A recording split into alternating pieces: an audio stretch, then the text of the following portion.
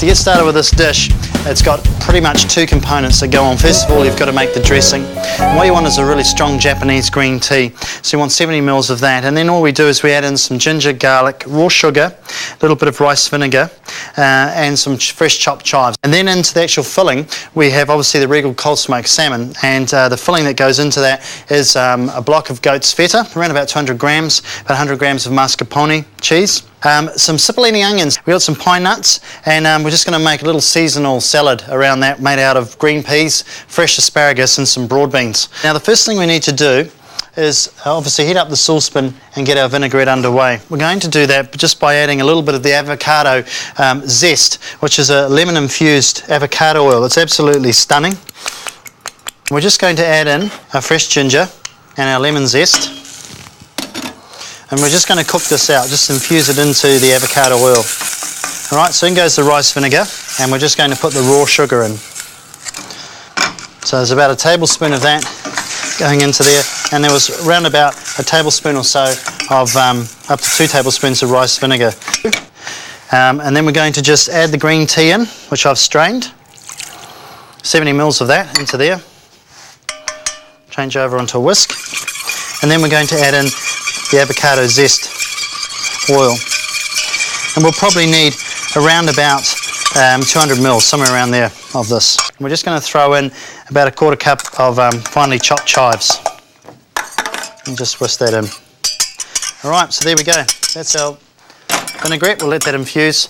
Now we're on to making our filling, and to do that we're just got to take about 6 pepper dews.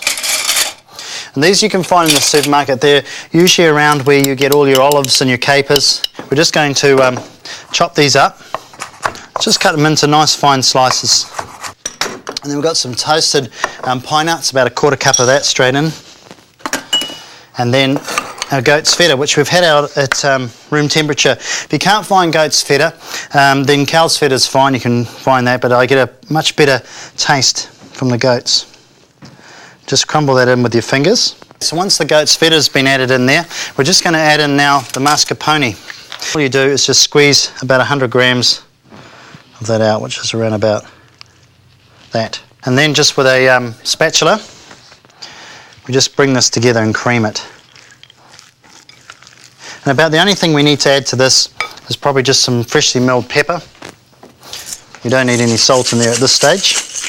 So we've got the salt from the natural flavour of the cold smoked salmon. So let's give it a really good mix, and you'll see the mixture comes up nice and stiff, and that's what you want.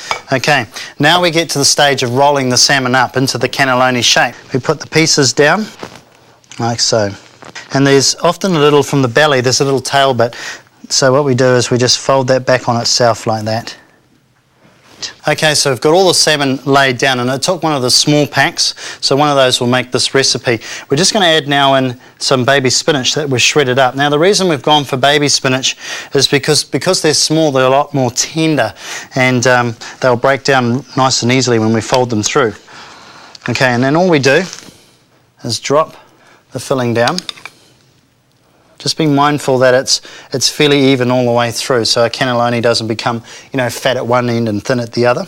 And now we're going to roll it up restaurant style, so you're going to learn some techniques here. So what we want to do is grab this cling wrap off the bench. You can now start to roll it on itself. And you get it to this stage, you get it started, and you use your hand and you start to shape the tube.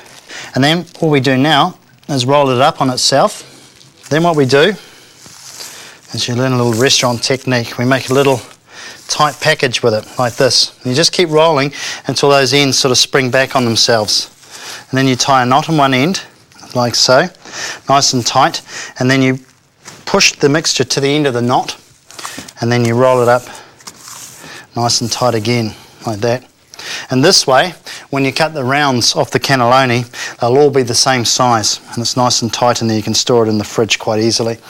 And that's it, onto a plate.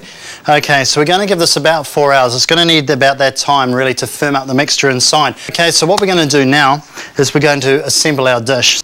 Now, we just unravel it, and then we just cut it into nice rondelles. So we'll probably cut them about this length. And then just with the side of your knife, Just run your knife over it like that and it gives it a nice smooth surface. Okay, so what we've done is we've taken a nice big plate to show off the cannelloni. And we're just going to butt the salmon up next to each other like that. Cut them open like that. Place a couple on the ends like this. Drop these peas. Just drop them all over, like so. Same with the broad beans. And then some of our beautiful pencil asparagus that you can get at this time of the year. Some of our green tea vinaigrette, which we've had sitting there nice and infused. I'm just going to spoon that over. This smells great. And then just to finish off that green theme, got some nice little basil leaves, just picked, and we're just going to drop. As easy as that, isn't it? It's a piece of cake.